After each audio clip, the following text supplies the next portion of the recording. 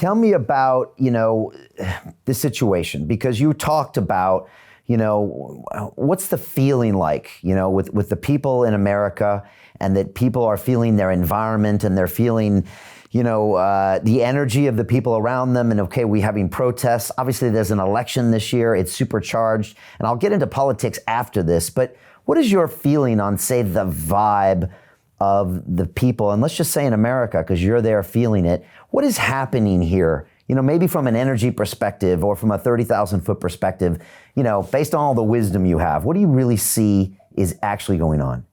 I think there's, I said this last night to somebody too. I think people are down. If I'm being candid, I would consider this to be a depressed, down culture right now overall. And the combinations are, we have been locked in our homes for the most part. We haven't had that human interaction that is light in our lives. My dad just spent 8 days in the hospital. I couldn't go inside to see him when he was in there. And he's in there struggling, right? So there's thousands, millions of situations like that. Then there's the social unrest in our country where, a group of people are telling us, hey, we're hurting, please hear us. And then there's another group of people saying, I hear you, but I don't agree with you. And there's the contention of the election. There's the economic frustration that's happening in the country. And then I know we're going to get into politics in a second, but politics has become so central in our lives now. And now the athletes are involved in politics, so you can't escape. I have more and more friends telling me, I just don't want to even watch television. I'm listening to more podcasts. I'm trying to find something on Netflix that's positive. So in an honest answer, I would say the temperature I would take right now is scary low. People are very frustrated, very down. That's not everyone, but I would say that's a large majority of people. Even the people I know doing well financially, they feel sort of like they're the enemy in our country now to some extent through some of the political rhetoric that's out there. So they feel pursued and beat up a little bit too. So if I'm being honest, I don't like that it's this way, but if I answered it any other way, I wouldn't be being transparent with you. I sense a real frustrated, down culture like I've never seen before here right now.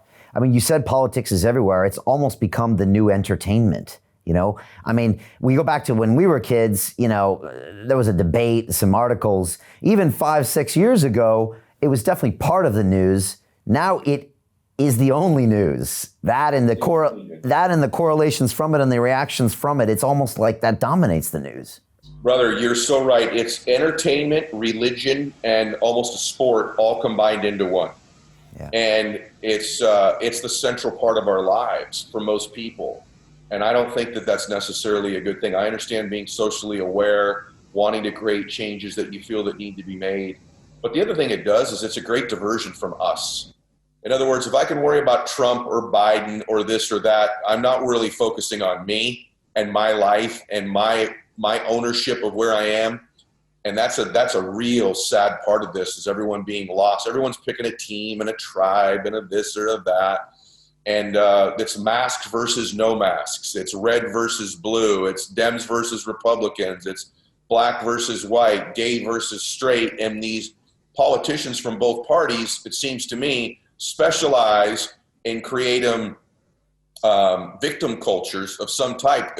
If you're a successful white entrepreneur, your enemy is brown illegal immigrants. If you're a Christian, your enemy is a Muslim. If you're a Democrat, your enemy is these rich white guys. And it's just this vicious cycle of, and the truth is we don't really live that way. Most of us live together pretty harmoniously. We want, when we see something wrong with one of our brothers or sisters, for there to be retribution and for it to be fixed and for there to be justice. But they're telling us, and people are believing, that we are separated from one another. Next week, I have Donald Trump Jr. on my show. And the week after that, I have a prominent liberal person coming on for the progressive side. And I already know I'm going to lose followers over that because I'm normalizing Trump, and then the Trumpies will be mad at me for having the liberal on. I'm just doing it to serve and get information. But it's so polarized that it's almost like I'm putting a gun to my own head and pulling the trigger. I know it'll only breed negativity for me, yet I'm a glutton for punishment, so I'm doing it. So I'm hopeful that somehow this culture begins to change, because I have people very worried, Brian, about the election when the results happen, that there could be dramatic civil unrest. like dramatic. And there's some people that think it could be bloody, and I'm hoping that that's not the case. I pray that that's not the case. Right, with people contesting the vote, and then on that, builds civil unrest, and then it spills out. Yeah. And that's happening. We already have civil unrest. We're already having, there's peaceful protests in our country, but then there's real riots happening that's underreported by the media, property destruction, people dying. I mean, it's actually happening in the United States right now. And I know it's happening around the world too.